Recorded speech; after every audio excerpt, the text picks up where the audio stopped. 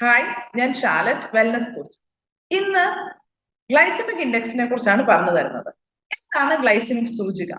Glycaemic index എന്നത് carbohydrate അടങ്ങിയ ഭക്ഷണങ്ങളും നമ്മുടെ രക്തത്തിലെ പഞ്ചസാരയുടെ സ്വാധീനവും സംബന്ധിച്ച ഒരളവാണ്. അത് കാർബോഹൈഡ്രേറ്റുകളുടെ ഒരു സ്കെയിലില് 0 മുതൽ 100 വരെയുള്ള ഒരു റാങ്കിങ് ആണ്.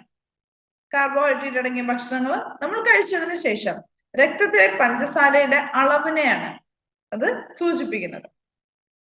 3 രീതിയിൽ നമുക്കതിനെ വിഭജിക്കാം.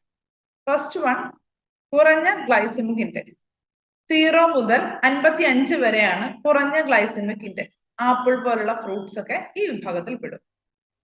56 മുതൽ 69 വരെ ഇടത്തരം മീഡിയം ഗ്ലൈസമിക് ഇൻഡെക്സ് വിഭാഗത്തിലാണ് വരുന്നത്. മധുരക്കിഴങ്ങ്, മത്തങ്ങ പോലുള്ള വെജിറ്റബിൾസ് ഒക്കെ ഈ മീഡിയം GI വിഭാഗത്തിലാണ് ഉൾപ്പെടുത്തുന്നത്. ഹൈ GI 70 മുകളിൽ സ്കോർ രേഖപ്പെടുത്തുന്നവയാണ് ഹൈ GI ഗ്ലൈസമിക് നിലവാരമുള്ളവ.